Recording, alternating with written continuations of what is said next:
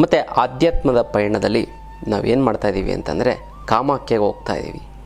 ಈ ಕಾಮಾಖ್ಯದಲ್ಲಿ ಯೋನಿ ಪೀಠ ಇದೆ. 52 ಶಕ್ತಿಪೀಠಗಳಲ್ಲಿ ಒಂದಾದಂತಹ ಪ್ರಮುಖವಾದಂತಹ ಒಂದು ಪೀಠ ಯಾವುದು ಅಂತಂದರೆ, ಮೊದಲನೇ ಸ್ಥಾನದಲ್ಲಿರುವಂಥ ಪೀಠ ಅಂತಂದರೆ ಈ ತಾಯಿಯ ಒಂದು ಯೋನಿ ಪೀಠ, ಅದು ಕಾಮಾಖ್ಯದಲ್ಲಿದೆ. ಈ ಒಂದು ಕಾಮಾಖ್ಯ ದೇವಿಯದ್ದು ದರ್ಶನ ಮಾಡಿದ್ದೇ ಆಯಿತು ಅಂತಂದರೆ, ನಿಮಗೆ ಹೆಣ್ಮಕ್ಳಿಗೆ ಮಕ್ಕಳಾಗಿಲ್ಲ ಅಂತಂದರೆ, ಅಥವಾ ಈ ಹೆಣ್ಮಕ್ಳಿಗೆ ಈ ಪೀರಿಯಡ್ಸ್ ಪ್ರಾಬ್ಲಮ್ ಇತ್ತು ಅಂದರೆ, ಹಾರ್ಮೋನ್ ಇಂಬ್ಯಾಲೆನ್ಸ್ ಇತ್ತು ಅಂತಂದರೆ, ಮತ್ತು ಏಜ್ ಆಗ್ತಿದ್ದಂಗೆ ಗರ್ಭಕೋಶ ತೆಗಿಬೇಕು ಅಂತ ಹೇಳ್ತಾರೆ, ಯೂಟ್ರಸ್ ಪ್ರಾಬ್ಲಮ್ ಏನಾರು ಆಗಿತ್ತು ಅಂತಂದರೆ, ಇದು ಎಲ್ಲವೂ ಕೂಡ ಆಪ್ರೇಷನ್ನೇ ಆಗೋದಿಲ್ಲ, ಹೋಗೊಂದು ದರ್ಶನ ಮಾಡ್ಕೊಂಡ್ಬಂದ್ಬಿಡ್ತು ಅಂತಂದರೆ, ಸಂಕಲ್ಪ ಮಾಡಿ ದರ್ಶನ ಮಾಡ್ಕೊಂಡು ಬಂತು ಅಂತಂದರೆ ಇದು ಯಾವುದೇ ರೀತಿಯಂಥ ಒಂದು ಸಮಸ್ಯೆಗಳು ಕೂಡ ಆಗೋದಿಲ್ಲ. ಅದಕ್ಕೋಸ್ಕರ ಕಾಮಾಖ್ಯ ದೇವಿಯ ಒಂದು ದರ್ಶನವನ್ನು ಮಾಡೋದಕ್ಕೆ ಹೋಗ್ತಾಯಿದ್ದೀವಿ. ಖಂಡಿತ ನಾವೆಲ್ಲ ಹೋಗ್ತೇವೆ, ನೀವು ಬನ್ನಿ. ಮತ್ತು ಕೇರಳಗೂ ಕೂಡ ನಾವು ಹೋಗ್ತಾ ಇರ್ತೀವಿ. ಪ್ರತಿ ತಿಂಗಳು ಇನ್ಮೇಲೆ ನಾವು ಕೇರಳಗೆ ಪ್ರಯಾಣ ಬೆಳೆಸ್ತಾ ಇರ್ತೀವಿ. ಅನಂತ ಪದ್ಮನಾಭ ಆಗಿರ್ಬೋದು, ಜೊತೆಗೆ ಈ ಒಂದು ಕೊಟ್ಟಿಯೂರು ಅಂತ ವಿಶೇಷವಾದಂತಹ ಒಂದು ದರ್ಶನ, ಅದು ವರ್ಷದಲ್ಲಿ 1 ತಿಂಗಳು ಮಾತ್ರ ಇರುತ್ತೆ. ಆ ಒಂದು ಬರೀ ತುಂಬ ಕಡಿಮೆ, ಅತಿ ಕಡಿಮೆ ಇದರಲ್ಲಿ ವೆಚ್ಚದಲ್ಲಿ ನಾವು ಕರ್ಕೊಂಡು ಹೋಗ್ತಾ ಇದ್ದೀವಿ. ಮತ್ತು ಈ ಒಂದು ಕೊಟ್ಟಿಯೂರಿಗೆ ಕೇರಳ ಪ್ರವಾಸ 2 ದಿನದ ಒಂದು ಪ್ರವಾಸ ಇರುತ್ತೆ. 4 ದಿನದ ಒಂದು ಪ್ರವಾಸ ಇರುತ್ತೆ, 2 ದಿನದ ಒಂದು ಪ್ರವಾಸವೂ ಕೂಡ ಇದೆ. ಇದು ಕೇವಲ ಒಂದು 5,000 ರೂಪಾಯಿ, 4,999 ಊಟ ತಿಂಡಿ ಮತ್ತು ಮಲ್ಕೊಳ್ಳೋಕ್ಕೆ ಜಾಗ ಮತ್ತು AC ಬಸ್ಸು ಎಲ್ಲವೂ ಕೂಡ ವ್ಯವಸ್ಥೆ ಇರುತ್ತೆ. ಖಂಡಿತವಾಗ್ಲೂ ಕೂಡ ನೀವು ಈ ಒಂದು ಪ್ರಯೋಜನವನ್ನು ಪಡ್ಕೋಬೋದು. ಮತ್ತು ಕಣ್ಣೂರಿಗೆ ನಾವು ಶತ್ರು ಸಂಹಾರಕ್ಕೋಸ್ಕರ ಕಣ್ಣೂರು ದೇವಸ್ಥಾನಕ್ಕೆ ಹೋಗ್ತಾ ಇದ್ದೀವಿ. ಸುಮಾರು ಅದ್ರ ಬಗ್ಗೆ ನೀವು ತಿಳ್ಕೊಬೇಕಂದ್ರೆ ನಮ್ಮ ಆಫೀಸ್ಗೆ ಫೋನ್ ಮಾಡಿ. ಈ 2 ಪ್ರಮುಖವಾದಂತಹ ಒಂದು ದೇವದ ಒಂದು ಸ್ಥಾನಕ್ಕೆ ಹೋಗ್ತಾ ಇದ್ದೀವಿ ಆಧ್ಯಾತ್ಮ ಪಯಣದಲ್ಲಿ. ಖಂಡಿತ ನಾವೆಲ್ಲ ಹೋಗ್ತೀವಿ, ನೀವು ಕೂಡ ಬರ್ತೀರಲ್ವ. ಇದು ಇವತ್ತಿನ ಒಂದು ವಿಶೇಷವಾದಂಥ ಒಂದು ಆಧ್ಯಾತ್ಮದ ಪಯಣದ ವಿಚಾರ. ಜೈ ಭಗವಾನ್, ಎಲ್ಲರಿಗೂ ನಮಸ್ಕಾರ. ಓಂ ಮಹಾದೇವಿ ಚದ್ಮಿಷ್ಟಪತಿ ಮಹಿ ತನ್ನ ಐಶ್ವರ್ಯಲಕ್ಷ್ಮಿ ಪ್ರಚೋದಿತ. ನಮಸ್ಕಾರ. ಇವತ್ತಿನ ವಿಶೇಷ ಸಂಚಿಕೆಯಲ್ಲಿ ಅನೇಕ ವಿಚಾರಗಳನ್ನು ನಾವು ತಿಳ್ಕೊಳ್ಳೋಣ. ಮೊದಲನೇದಾಗಿ ಒಂದು ಮಾತಿದೆ ನೋಡಿ, ಇನ್ನು ಸಾಕಷ್ಟು ವಿಚಾರಗಳು ತಿಳ್ಕೊಬೇಕು, ತಿಳಿಸ್ತಾ ಹೋಗ್ತೀನಿ. ಕಳ್ಳನ ನಂಬಿದರೂ ಕೂಡ ಕುಳ್ಳನನ್ನು ನಂಬಾರದು ಅಂತ ಹೇಳ್ತಾರೆ. ಏನು ಹೇಳಿ? ಕಳ್ಳನನ್ನು ನಂಬಿದ್ರು ಕಳ್ಳ ಮೋಸ ಮಾಡೋಕ್ಕೆ ಬಂದಿರ್ತಾರೆ. ಅದು ಗಾದೆಗಳನ್ನು ಅದರಿಂದ ತುಂಬ ಮಾರ್ಮಿಕವಾದಂಥೊಂದು ಅರ್ಥ ಇರ್ತವೆ. ಅದು ನಾವೆಲ್ಲ ಅಪಾರ್ಥ ಮಾಡ್ಕೊಬಿಟ್ಟಿರ್ತೀವಿ. ಅರ್ಥನ ಬಿಟ್ಟು ಅಪಾರ್ಥ ಏನೇನೇನೋ. ಕುಳ್ಳಕ್ಕಿರೋ ನಂಬಾರ್ದ ಹಂಗಾರೆ? ಈ ಸಚಿನ್ ಟೆಂಡೂಲ್ಕರ್ ತುಂಬ ಕುಳ್ಳಕ್ಕೆ ನಂಬಾರ್ದ? ದೇಶಕ್ಕೆ ಎಷ್ಟು ಹೆಸರನ್ನು ತಂದು ಕೊಟ್ಟಿದ್ದು, ಎಷ್ಟು ಜನ ಕುಳ್ಳಕ್ಕಿರುವಂಥ ದೊಡ್ಡ ದೊಡ್ಡ ಸಾಧನೆಗಳನ್ನು ಮಾಡಿದ್ದಾರೆ. ಅಂದರೆ ಯಾಕೆ ನಂಬಬಾರದು ಅಂತಂದರೆ, ಇದು ನೂರಾರು ವರ್ಷದಿಂದ ಬಂದಿರೋಂಥ ಗಾದೆ ಅಲ್ಲ, ಸಾವಿರಾರು ವರ್ಷದ ಹಿಂದೆ ಬಂದಿರುವಂಥ ಒಂದು ಗಾದೆ. ಏನು ಅಂತಂದರೆ, ಕಳ್ಳ ಅಂತಂದರೆ ಯಾರು? ಕೃಷ್ಣನ ಒಂದು ಅವತಾರ, ಕಳ್ಳ ಕೃಷ್ಣ ಅಂತ ಹೇಳ್ತಾರೆ, ಗೊತ್ತಲ್ಲ? ಕಳ್ಳ ಕೃಷ್ಣ, ಕಳ್ಳನನ್ನು ನಂಬಿದರು. ಕಳ್ಳ ಕೃಷ್ಣ ಅಂತಂದರೆ ಕೃಷ್ಣ ಪರಮಾತ್ಮ ಅಂತಂದರೆ, ಈ ಕಳ್ಳ ಕೃಷ್ಣ ಅಂತ ಯಾವಾಗ ನಾವು ಚಿಕ್ಕ ಒಂದು ಇದರಲ್ಲಿದ್ದಾಗ ಒಂದು 2 ಸರಿ ಕೃಷ್ಣನಿಗೆ ಅಪವಾದ ಬಂತು. ಒಂದು ಚಿಕ್ಕ ಮಗುವಿನಲ್ಲಿದ್ದಾಗ ಮಕ್ಕಳಂದ್ರೆ ಬೆಣ್ಣೆ ಅಂದರೆ ತುಂಬ ಇಷ್ಟ. ಅದನ್ನ ಹೋಗಿ ಕದ್ದು ತಿಂತಾಯಿದ್ದ. ಮತ್ತು ಬೇರೆಯವ್ರ ಮನೇಲಿ ಹೋಗಿ ಬೆಣ್ಣೆ ಮಾಡಿತ್ತು ಅಂತ ಕದ್ದು ತಿಂದ ಮಕ್ಕಳು. ಈ ಚಿಕ್ಕ ಮಕ್ಕಳು ಹೋಗಿ ಬೇರೆಯವ್ರ ತಟ್ಟೆಗೆ ಕೈ ಹಾಕ್ಬಿಟ್ಟು ತಿನ್ನುತ್ತೆ, ಅದೆಲ್ಲ ಕಾಮನ್ನು. ಅದು ಆಗ ಕಳ್ಳ ಕೃಷ್ಣ ಮುದ್ದಾಗಿ ಕರೆಯುವಂಥವ್ರು, ಅದು ಹಂಗೆ ಬಿಟ್ಕೊಂಡು. ಮತ್ತು ಅದನ್ನು ಹಾಡುಗಳಲ್ಲಿ ಹೇಳೋರು, ಕಳ್ಳ ಕೃಷ್ಣ ಕಳ್ಳ ಕೃಷ್ಣ. ಕೃಷ್ಣ ಕಳ್ಳ ಅಂತನ ಅಲ್ಲ, ಗೊತ್ತಾಯ್ತಲ್ಲ? ಕಳ್ಳ ಕೃಷ್ಣ ಕುಳ್ಳ ಕೃಷ್ಣ ಬಾ ಅಂತ ಈ ಥರದ್ದೇನೋ ಒಂದು ಹಾಡುಗಳೇ ಹೇಳ್ಕೊಂಡು, ಯಶೋಧನೆ ನಂದನ, ಬೆಣ್ಣೆ ಕದ್ದ ಕೃಷ್ಣ, ಕಳ್ಳ ಕೃಷ್ಣ, ಇದೆಲ್ಲ ಇದು ಆ ರೀತಿ ಬಂತು ಅಂತ ಒಂದು ಕೃಷ್ಣನ ಕಳ್ಳ ಅಂತ ಕರಿಬಾರ್ದು. ಒಂದು ಚಿಕ್ಕ ಇದೆಲ್ಲ ಅದು ಮಾಡು ಭಾಷೆ, ಅದು ಓಕೆ. ಅದು ಚಿಕ್ಕ ವಯಸ್ಸಲ್ಲಿದ್ದಾಗ ಕಳ್ಳ ಕೃಷ್ಣ ಬಾ, ಬೆಣ್ಣೆ ಕದ್ದ ಕಳ್ಳ ಕೃಷ್ಣ, ಇದೆಲ್ಲ ಓಕೆ. ಆಮೇಲೆ ದೊಡ್ಡವನಾದಮೇಲೆ ಶಮಂತಕ ಮಣಿ ಕದ್ದಾಗ, ಅದು ದೊಡ್ಡ ಕಥೆ ಇದೆ.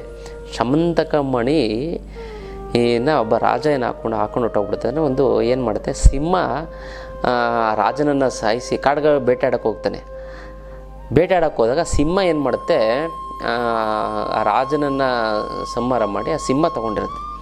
ಅದನ್ನು ಒಂದು ಕರಡಿ ಯುದ್ಧ ಮಾಡಿ ಸಿಂಹದ ಹತ್ರ ಅದು ತೊಗೊಂಡಿರುತ್ತೆ. ಅದು ತನ್ನ ಮಗಳನ್ನು ಹಾಕ್ಕೊಂಡಿರುತ್ತೆ. ಕೃಷ್ಣ ಅದಕ್ಕಿಂತ ಮುಂಚೆ ಇದು ಸೂರ್ಯನಿಂದ ಬಂದಿರುತ್ತೆ ಆ ಶಮಂತಕ ಮಣಿ. ನನಗೆ ಬೇಕು ಅಂತ ಕೇಳಿರ್ತಾನೆ. ಆವಾಗ ಇವ್ರು ಕೊಟ್ಟಿರಲ್ಲ, ನನಗೆ ಕೊಡಲ್ಲ ಅಂತ. ಬಟ್ ಏನು ಅಂತಂದಾಗ ಇದು ಕಾಡಲ್ಲಿ ಹೋದಾಗ ಬೇಟೆ ಆಡೋಕ್ಕೆ ಹೋದಾಗ ಕೃಷ್ಣನೇ ಅದು ರಾಜನನ್ನು ಸಾಯಿಸಿ ಅದು ಆ ಶಮಂತಕ ಮಣ್ಣಿನ ಕದ್ಕೊಂಡು ಬಂದ ಅಂತ ಒಂದು ಅಪವಾದ. ಈ ಅಪವಾದ ಏನಕ್ಕೆ ಬರುತ್ತೆ ಅಂತಂದರೆ, ಈ ವಿನಾಯಕ ಚತುರ್ಥಿ ಅಂದರೆ ಈ ಗಣೇಶನ ಹಬ್ಬದ ದಿನ ಹಾಲಲ್ಲಿ ಚಂದ್ರನ ನೋಡ್ಬಿಡ್ತಾನೆ ಕೃಷ್ಣ. ಆವಾಗ ಆ ಒಂದು ಅಪವಾದ ಬರುತ್ತೆ. ಅದಕ್ಕೋಸ್ಕರ ಈ ಗಣೇಶ ಚತುರ್ಥಿ ದಿನ ಯಾವುದೇ ಕಾರಣಕ್ಕೂ ಚಂದ್ರನ ನೋಡಬಾರದು ಅಂತ ಹೇಳ್ತಾರೆ ಅಲ್ವಾ. ಆ ಒಂದು ಅಪವಾದ ಬಂದಿರುತ್ತೆ.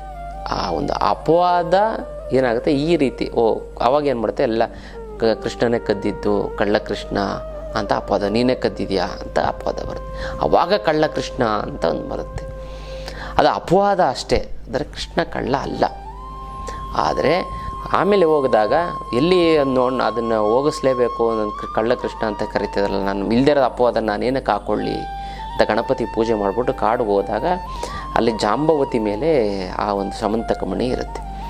ಆವಾಗ ಏನು ಮಾಡಿದೆ, ಕರಡಿ ಜೊತೆ ಯುದ್ಧ ಮಾಡಿ ಅದು ಜಾಂಬವಂತ, ಹೋದ ಜನ್ಮದಲ್ಲಿ ಜಾಂಬವಂತ ಆಗಿರ್ತಾನೆ. ಆವಾಗ ಮಗಳನ್ನೂ ಕೂಡ ದಾರಿ ಎರೆದು ಕೊಟ್ಟು ಶಮಂತಕ ಮಣಿ ಮಾತ್ರ ತಗೊಂಡೋಗಿ ಬರ್ತಾ ಇರ್ತಾನೆ ಕೃಷ್ಣ. ಇಲ್ಲ, ನೀನು ಹಿಂಗೆ ಹೋದರೆ ನಂಬಲ್ಲ, ನೀನೇ ವಾಪಸ್ ಕೊಟ್ಟೆ ಅಂತ ಬಂದ್ಬಿಡುತ್ತೆ. ಅದಕ್ಕೋಸ್ಕರ ನನ್ನ ಮಗಳನ್ನೇ ಕಳಿಸ್ತೀನಿ, ನಾನು ನಿನಗೆ ನಿಮ್ಮ ಮದುವೆ ಮಾಡಿಕೊಡ್ತೀನಿ, ಕರ್ಕೊಂಡು ಹೊಟ್ಟೋಗ್ಬಿಡು ಕೃಷ್ಣ. ಆವಾಗ ನಿಮ್ಮ ಮಗಳೇ ಹೇಳಿದಾಗ ನಂಬಿಕೆ ಬರುತ್ತೆ ಎಲ್ಲರಿಗೂ ಅಂತ ಅಂದ್ಬಿಟ್ಟು ಮಗಳನ್ನ ಮದುವೆ ಮಾಡಿ ಕೃಷ್ಣನ ಜೊತೆ ಕಳಿಸ್ತಾನೆ. ಅದು ಜಾಂಬವತಿ, ಗೊತ್ತಾಯ್ತಲ್ಲ. ಹಾಗಾಗಿ ಕಳ್ಳ ಕೃಷ್ಣ ಅಂತ ಅಲ್ಲ. ಸೊ ಕೃಷ್ಣನಿಗೆ ನೋಡಿ ಎಷ್ಟೋ ಒಂದು ಇದು ಅಪವಾದ ಒಂದು ಬಂದಿತ್ತು ಅಂತಂದರೆ, ಅಂದರೆ ಅಪವಾದಗಳು ಮನುಷ್ಯನುಗಳ ದೇವ್ರಿಗೂ ಕೂಡ ಬರುತ್ತೆ, ನಿಮಗೂ ಕೂಡ ಅಪವಾದ ಬಂದಿರ್ತವೆ. ಅದಕ್ಕೆ ನಾವು ತಲೆ ಕೆಡಿಸ್ಕೋಬಾರ್ದು. ಸೊ ಕಳ್ಳನನ್ನು ನಂಬಿದರು ಅಂತಂದರೆ, ಕಳ್ಳನ ನಂಬೋದು ಅಂತ ಕಳ್ಳ ಕೃಷ್ಣ ಅಂತ ಕಳ್ಳನ ನಂಬಿದ್ರೆ, ಕೃಷ್ಣನ ನಂಬಿದ್ರು ಕೂಡ ಕುಳ್ಳನನ್ನು ನಂಬಾರ್ದು. ಇನ್ನೊಂದು ವಾಮನ ಅವತಾರ ಅಂತ ಅಂದ್ಬಿಟ್ಟು, ನನಗೆ ಅದೇ ನಿಮಗೆಲ್ಲ ಅದ್ರ ಕತೆ ಕೇಳಿದಿಲ್ಲ, ದೀಪಾವಳಿ ನರಕ ಚತುರ್ದಶಿ ಇದೆಲ್ಲ ಬಲಿಪಾಡ್ಯಮಿ ದಿನ ನಾವು ಅದು ಬಲಿ ಚಕ್ರವರ್ತಿಗೆ ನಾನು ದಾನ ಕೊಡು ಅಂತಂದಾಗ ಒಂದು ಮೂರು ಪಾದದಷ್ಟು ಕೊಡು ಅಂತ, ಆಯಿತು ಅಂತ ತದಾಸ್ತು ಅಂತ ಕೊಟ್ಬಿಡ್ತಾನೆ. ಆಮೇಲೆ ಒಂದು ಪಾದನ ಮೇಲ್ಗಡೆ ಇಡ್ತಾನೆ ದೇವರು, ಆಕಾಶ ಫುಲ್ ಅವರ್ಸೋದು, ಒಂದು ಭೂಮಿ ಮೇಲೆ ಇಡ್ತಾನೆ, ಇನ್ನೊಂದು ಎಲ್ಲಿನ ತಲೆ ಮೇಲೆ ಇಡಲಿ. ಅದಕ್ಕೋಸ್ಕರ ಇದನ್ನು ಏನು ಅಂತಂದರೆ ಅವರು ಗುರುಗಳೇ ಹೇಳಿರ್ತಾರೆ ಬಲಿ ಚಕ್ರವರ್ತಿಗೆ, ಶುಕ್ರಾಚಾರ್ಯರು, ನಾವು ಕುಳ್ಳನನ್ನು ನಂಬೇಡ ಅಂತ. ಅದು ವಾಡಿಕೆಯಾಗಿ ಬಂದ್ಬಿಟ್ಟಿದೆ ನೋಡಿ. ಎಷ್ಟು ಗಾರ್ದು ನೀವು ಒಂದು ಚೂರು ಹೇಳ್ತು ಅಂತಂದರೆ, ನಾನು ಮಹಾಭಾರತವನ್ನು ಸಂಪೂರ್ಣವಾಗಿ ನಾನು ಎಲ್ಲ ಒಂದು ಸಿಚುವೇಶನ್ಗೂ ಕೂಡ ನಮ್ಗೆ ಅನ್ವಯ ಆಗುತ್ತೆ ಅದು. ಯಾಕೆ ನಾನು ಕಂಪೇರ್ ಮಾಡಿ ತೋರಿಸ್ತೀನಿ. ನಾನು ಮಹಾಭಾರತದ ಪ್ರತಿಯೊಂದು ಶ್ಲೋಕನೂ ಕೂಡ ಪ್ರತಿನಿತ್ಯದ ಜೀವನ, ನೀವು ಎಂಥ ಬರಲಿ ಫಾರಿನರ್ಸ್ ಆಗಲಿ, ಅದು ನಮ್ಗೆ ಅನ್ವಯ ಆಗೇ ಆಗುತ್ತೆ. ಅದನ್ನು ತಿಳ್ಕೊಬೇಕು ಅಂದ್ರೆ ಒಂದು ಜನ್ಮ ಸಾಕಾಗಲ್ಲ. ನಮ್ಮ ಸನಾತನ ಧರ್ಮ, ನಮ್ಮ ಹಿಂದುತ್ವವನ್ನು ನಾವು ತಿಳ್ಕೊಬೇಕು ಅಂತಂದರೆ, ಸನಾತನ ಧರ್ಮದ ಬಗ್ಗೆ ನಾವು ತಿಳ್ಕೊಬೇಕು, ಒಂದು ಜನ್ಮ ಸಾಲಲ್ಲ. ಅಷ್ಟೊಂದು ವಿಚಾರ ಇದ್ದಾವೆ. ಇರಲಿ, ವಿಡಿಯೋ ಉದ್ದ ಆಗ್ತಾ ಬರುತ್ತೆ. ಅದಕ್ಕೋಸ್ಕರ ಹಾಗಾಗಿ ಬಂತು ಹೊತ್ತು ನೀವು ಕುಳ್ಳಕ್ಕಿರ್ತಾರೆ ಅವ್ರು ನಂಬಾರ್ದು ಅಂತ ಅಲ್ಲ, ಗೊತ್ತಲ್ಲ. ಹಾಗಾಗಿ ಇದೊಂದು ವಿಚಾರ ತಿಳ್ಕೊಳ್ಳಿ, ತುಂಬ ಚೆನ್ನಾಗತ್ತೆ, ಒಳ್ಳೆಯದಾಗ್ತಾ ಬರುತ್ತೆ. ಇದು ವಿಚಾರ. ಆನ್ಲೈನ್ ಕ್ಲಾಸು, ವಿಶೇಷವಾದಂಥ ಒಂದು ಆನ್ಲೈನ್ ಕ್ಲಾಸು. ಈ ಒಂದು ಆನ್ಲೈನ್ ಕ್ಲಾಸಲ್ಲಿ ಏನಿದೆ ಅಂತಂದರೆ, ನಿಮ್ಗೆ ಜೀವನದಲ್ಲಿ ಯಾವ ರೀತಿ ಬದುಕಬೇಕು, ಮತ್ತು ಜನವಶೀಕರಣ, ಧನವಶೀಕರಣ, ಇರುವಂತಹ ದುಡ್ಡನ್ನು ಫಸ್ಟ್ ದುಡ್ಡು ಬರೋಗೆ ಏನು ಮಾಡಬೇಕು, ಮತ್ತು ಇರುವಂಥ ದುಡ್ಡನ್ನು 10 ರೂಪಾಯಿನ 100 ರೂಪಾಯಿ, 100 ರೂಪಾಯಿಂದ 1000 ರೂಪಾಯಿ, 1000 ರೂಪಾಯಿಂದ 1,00,000 ರೂಪಾಯಿ ಹೇಗೆ ಮಾಡೋವಂಥದ್ದು, ದುಡ್ಡನ್ನು ಯಾವ ರೀತಿ ಬಳಸಬೇಕು, ಯಾವ ರೀತಿ ಉಳಿಸ್ಬೇಕು, ಮತ್ತು ಯಾವ ರೀತಿ ಗಳಿಸ್ಬೇಕು, ಜನರನ್ನು ಕೂಡ ಯಾವ ರೀತಿ ಉಳಿಸ್ಕೋಬೇಕು. ಮತ್ತು ತುಂಬ ಜನ ಫ್ರೆಂಡ್ಸ್ ಇತ್ತು ಅಂತಂದರೆ ನಿಮಗೆ 1 ಕೋಟಿ ರೂಪಾಯಿ ಇದ್ದಂಗೆ ಯಾರೋ ಸಹಾಯ ಮಾಡ್ತಾರೆ. ಅದರ ಜನಾಕರ್ಷಣೆ ಹೇಗೆ ಮಾಡಬೇಕು, ಜನವಶೀಕರಣವನ್ನು ಯಾವ ರೀತಿ ಪಡ್ಕೋಬೇಕು, ಮಾಡಿಕೊಂಡು ನಾವು ಜೀವನವನ್ನು ಒಂದು ಸುಗಮಗೊಳಿಸ್ಕೋಬೇಕು ಅನ್ನೋದನ್ನು ಆನ್ಲೈನ್ ಕ್ಲಾಸಸ್ ಇರುತ್ತೆ. ನೀವು ಡೈರೆಕ್ಟಾಗಿ ನಾನು ಹೇಗಿದೆ ನಾವು ಮಾತಾಡ್ತೀವಿ, ನೀವು ಡೈರೆಕ್ಟಾಗಿ ಅದರಲ್ಲೂ ಕೂಡ ನಿಮ್ಮ ಪರ್ಸನಲ್ ವಿಚಾರಗಳನ್ನು ನನ್ನ ಭೇಟಿಯಾಗಕ್ಕೆ ಒಂದು ಕ್ಲಾಸ್ ಅಟೆಂಡ್ ಮಾಡಿ ಜ್ಞಾನವನ್ನು ತಿಳ್ಕೊಂಡು ನಿಮ್ಮ ಸಮಸ್ಯೆಗಳನ್ನು ಕೂಡ ಅಲ್ಲೂ ಕೂಡ ಬಗೆಹರಿಸ್ಕೋಬೋದು. ಎಲ್ಲ ರೀತಿಯಂಥ ವಿಚಾರಗಳನ್ನು ತಿಳಿಸ್ಕೊಡ್ತಾ ಹೋಗ್ತೀನಿ. ಝೀರೋ ಇರೋಂಥ ವ್ಯಕ್ತಿ ಈ ಆನ್ಲೈನ್ ಕ್ಲಾಸ್ ಅಟೆಂಡ್ ಮಾಡಿ ಹೀರೋ ಆಗಿರೋಂಥ ಉದಾಹರಣೆಗಳೆಲ್ಲ ನಾವು ನಮ್ಮ ಆಶ್ರಮಕ್ಕೆ ಬಂದು ನೀವು ನೋಡ್ಬೋದು. ಅಂಥ ಒಂದು ಅದ್ಭುತವಾದಂಥ ಒಂದು ಆನ್ಲೈನ್ ಕ್ಲಾಸು, ಜನ ಮತ್ತು ಧನವಶೀಕರಣ. ಇದಕ್ಕೂ ಕೂಡ ನೀವು ಹೆಸರನ್ನು ಬರೆಸಿ ಈ ಒಂದು ಕ್ಲಾಸಸನ್ನು ಕೂಡ ನೀವು ಅಟೆಂಡ್ ಮಾಡಬಹುದು. ಇದು ವಿಶೇಷವಾದಂಥ ಒಂದು ಆನ್ಲೈನ್ ಕ್ಲಾಸು, ಎಲ್ಲರಿಗೂ ಕೂಡ ಅಷ್ಟು ಸುಲಭವಾಗಿ ಸಿಗೋದಿಲ್ಲ. ಹಾಗೆ ಈ ಒಂದು ಆನ್ಲೈನ್ ಕ್ಲಾಸನ್ನು ನೀವು ಜಾಯಿನ್ ಮಾಡಿ ಅಂತ ನಾನು ತಿಳಿಸ್ಕೊಡ್ತೀನಿ. ಇನ್ನು ಜ್ಞಾಪಕ ಶಕ್ತಿ ಭಾಳಷ್ಟು ಜನಗಳಿಗೆ ಏನಂತ ನೆನಪುಗಳು ಮರೆತೋಗಲ್ಲ. ತುಂಬ ಕೆಲಸ ಮಾಡ್ಕೋಬೇಕು ಅಂತ ಅಂದ್ಕೊಂಡಿರ್ತೀವಿ, ನೀವು ಯಾವ ಕೆಲಸನೂ ಮಾಡೋದೇ ಇಲ್ಲ. ಯಾಕೆ ಅಂತ ಮರೆತು ಹೋಗುತ್ತೆ. ಯಾಕೆ ಅಂತ ಮನಸ್ಸು ಡೈವರ್ಷನ್ ಆಗಿರ್ತದೆ. ಮನಸ್ಸು ಡೈವರ್ಷನ್ ಏನಕ್ಕೆ ಆಗುತ್ತೆ ಅಂದರೆ 28 ಕೆಲಸಗಳನ್ನು ನೀವು ಮಾಡ್ತೀರಾ. ಆದರೂ ಪ್ರತಿನಿತ್ಯ ಕೆಲವೊಂದಾರು ಕೆಲಸ ನಿದ್ದೆ, ಎಷ್ಟೇ ಟೆನ್ಷನ್ ಇರಲಿ, ಎಷ್ಟೇ ಬ್ಯುಸಿ ಇರಲಿ, ಅದಕ್ಕೆ ನೀವು ಟೈಮ್ ಕೊಡ್ತೀವಿ. ಯಾವುದಕ್ಕೆ? ಊಟಕ್ಕೆ ನಂಬರ್ 1, ನಂಬರ್ 2 ಸ್ನಾನಕ್ಕೆ, ನಂಬರ್ 3 ನೀವು ದಿನನಿತ್ಯ ಏನು ಪಾಪಕರ್ಮಗಳು ಏನಂತೀವಿ ನಾವು, ಲೆಟ್ರಿನ್ಗೆ ಹೋಗುವಂಥದ್ದು, ಮತ್ತು ಸ್ನಾನ ಮಾಡೋವಂಥದ್ದು, ಮೋಷನ್ಗೆ ಒಯ್ಯುವಂಥದ್ದು, ಇದೆಲ್ಲವನ್ನು ಕೂಡ ನಾವು ಮಾಡೇ ಮಾಡ್ತೀವಿ. ಎಷ್ಟೇ ಬ್ಯುಸಿ ಇದ್ದರು ಊಟ ತಿಂಡಿ ಮಾಡೇ ಮಾಡ್ತೀವಿ, ನಿದ್ದೆ ಮಾಡೇ ಮಾಡ್ತೀವಿ, ಮತ್ತು ಮಲ್ಕೋತೀವಿ, ರೆಸ್ಟಾರು ಮಾಡೇ ಮಾಡ್ತೀವಿ. ಸೊ ಹಾಗಾಗಿ ಈ ಒಂದು ವಿಚಾರವನ್ನು ನೀವು ತಿಳ್ಕೊಳ್ಳಿ. ಅದಕ್ಕೋಸ್ಕರ ನೀವು ನಿದ್ರೆ ಚೆನ್ನಾಗಿ ಮಾಡಬೇಕು. ಮತ್ತು ನಿದ್ರೆ ಚೆನ್ನಾಗಿ ಮಾಡ್ತಾರೆ ತಂಪಾಗಿದೆ. ಮತ್ತು ಇನ್ನೊಂದು ಜ್ಞಾಪಕ ಶಕ್ತಿ ತುಂಬ ಚೆನ್ನಾಗಿ ಬರಬೇಕು. ಅಂದರೆ ಮರ್ತು ಬಿಡ್ತೀರಾ, ನೀವು ಕೀ ಮರ್ತು ಬಿಡ್ತೀರಾ, ದುಡ್ಡು ಮರ್ತು ಬಿಡ್ತೀರಾ, ಯಾರಿಗೂ ಏನು ಹೇಳ್ತೀರಾ, ಏನೋ ಬಿಲ್ ಕಟ್ಟಬೇಕು, ಎಕ್ಸ್ಪೈರಿ ಡೇಟ್ ಆಗಿಬಿಟ್ಟಿರ್ತದೆ, ದುಡ್ಡಿರುತ್ತೆ ಕಟ್ಟಿರಲ್ಲ, ನಿಮಗೆ ಫೈನ್ ಬಂದುಬಿಡುತ್ತೆ. ಅದಕ್ಕೋಸ್ಕರ ನೀವು ಏನು ಮಾಡಬೇಕು ಅಂತಂದರೆ ಕನ್ಫ್ಯೂಷನ್ ಸ್ಟೇಟಲ್ಲಿ ಹೇಳಿದ್ರೆ ಕಡಿಮೆ ಮಾಡಬೇಕು. ಆಕಾಶ ಮುದ್ರೆನ ಮಾಡಿ, ನಿಮಗೆ ಜ್ಞಾಪಕ ಶಕ್ತಿ ತುಂಬ ಚೆನ್ನಾಗಿ ಬರುತ್ತೆ. ನೋಡಿ, ಹೆಬ್ಬೆರಳು ಪ್ಲಸ್ ಮಧ್ಯದ ಬೆರಳು, ತೋರು ಬೆರಳು, ಉಂಗುರದ ಬೆರಳು, ಕಿರುಬೆರಳು ನೇರವಾಗಿರುವಂತೆ ಎಚ್ಚರ ವಹಿಸಬೇಕು. ಇದು ಆಕಾಶ ಮುದ್ರೆ. ಈ ಆಕಾಶ ಮುದ್ರೆಯನ್ನು 20 ನಿಮಿಷಗಳ ಕಾಲ ಮಾಡಿ, ತುಂಬ ಚೆನ್ನಾಗುತ್ತೆ, ತುಂಬ ಒಳ್ಳೆಯದಾಗ್ತಾ ಬರುತ್ತೆ. ಗೊತ್ತಲ್ಲ, ಒಳ್ಳೆ ಜ್ಞಾಪಕ ಶಕ್ತಿ ಬರುತ್ತೆ, ನೆನಪಿನ ಶಕ್ತಿ ಬರುತ್ತೆ, ಫಸ್ಟ್ ಕ್ಲಾಸ್ ಆಗುತ್ತೆ ಅಂತಲ್ಲ. ಇದು ವಿಶೇಷವಾದಂಥದ್ದು ಮುದ್ರೆಯ ವಿಚಾರ. ಇನ್ನು ಅಕ್ಷಯ ತೃತೀಯದ ದಿನ ಈ ಒಂದು ಕಳಸದೊಳಗಡೆ ನಾನು ಹೇಳುವಂತಹ ದೈವಶಕ್ತಿ ಇರುವಂತಹ ವಸ್ತುಗಳನ್ನು ಹಾಕಿ ನೀವು ಪೂಜೆ ಮಾಡಿದ್ದೇ ಆಯಿತು ಅಂತಂದರೆ ಜೀವನ ಪರ್ಯಂತ ನಿಮ್ಮ ಹಣಕಾಸಿಗೆ ಯಾವುದೇ ರೀತಿಯಾದಂಥ ಒಂದು ಸಮಸ್ಯೆ ಆಗುವುದಿಲ್ಲ ಅಂತ ಒಂದು ಅದ್ಭುತವಾದಂಥ ಒಂದು ವಿಚಾರವನ್ನು, ತಂತ್ರಜ್ಞಾನವನ್ನು ತಿಳಿಸ್ಕೊಡ್ತೀನಿ. ಅದಕ್ಕಿಂತ ಮುಂಚೆ ನೀವು ವಿನಯಯೋಗಿ ಗುರುಜಿ ಅಂತ ಯೂಟ್ಯೂಬ್ ಚಾನಲ್ ಲೈಕ್ ಮಾಡಿ, ಸಬ್ಸ್ಕ್ರೈಬ್ ಆಗಿ, ಮತ್ತು ಬೆಲ್ ಬಟನ್ ಒತ್ತಿ, ಮತ್ತು ಫೇಸ್ಬುಕ್ ಇನ್ಸ್ಟಾಗ್ರಾಮಲ್ಲಿ ಕೂಡ ಲೈಕ್ ಮಾಡಿ, ಶೇರ್ ಮಾಡಿ, ಮತ್ತು ಫಾಲೋವನ್ನು ಮಾಡಿಕೊಳ್ಳಿ. ನೋಡಿ, ಅಕ್ಷಯ ತೃತೀಯ ದಿನ ಒಂದು ಕಳಸ ಪ್ರತಿಷ್ಠಾಪನೆ ಮಾಡಿ ಅದಕ್ಕೆ ಪೂಜೆನೇ ಮಾಡಬೇಕು.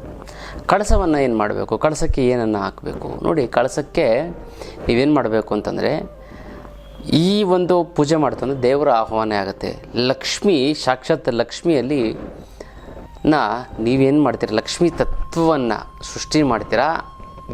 ಎಲ್ಲಿ ಲಕ್ಷ್ಮೀ ತತ್ವವನ್ನು ಸೃಷ್ಟಿ ಮಾಡ್ತೀರೋ ಲಕ್ಷ್ಮಿ ಆವಾಹನೆ ಆಗ್ತಾಳೆ. ಆ ಒಂದು ಮಾಸ್ ಆಫ್ ಎನರ್ಜಿ ನಿಮ್ಮ ಮನೆಯಲ್ಲಿ ವಿಶೇಷವಾದ ದೈವಶಕ್ತಿ ಇರುವಂತಹ ವಸ್ತುಗಳನ್ನು ಹಾಕಿ ಕಳಸವನ್ನು ಮಾಡಿ ಪ್ರಾಣ ಪ್ರತಿಷ್ಠಾಪನೆ ಮಾಡಿದ್ದೇ ಆಯಿತು ಅಂತಂದರೆ, ಅಂದರೆ ಪೂಜೆ ಮಾಡಿದ್ದೇ ಆಯಿತು ಅಂತಂದರೆ ಲಕ್ಷ್ಮಿ ಆವಾಹನೆ ಆಗ್ತಾಳೆ. ಲಕ್ಷ್ಮಿಯ ಆವಾಹನೆ ಆದ ನಂತರ ನಿಮ್ಮ ಮನೆಯಲ್ಲಿ ಲಕ್ಷ್ಮೀ ತಾಂಡ ದುಡ್ಡುಗೆ ಯಾವುದೇ ರೀತಿಯ ಕೊರತೆ ಆಗೋದಿಲ್ಲ. ಗೊತ್ತಲ್ಲ.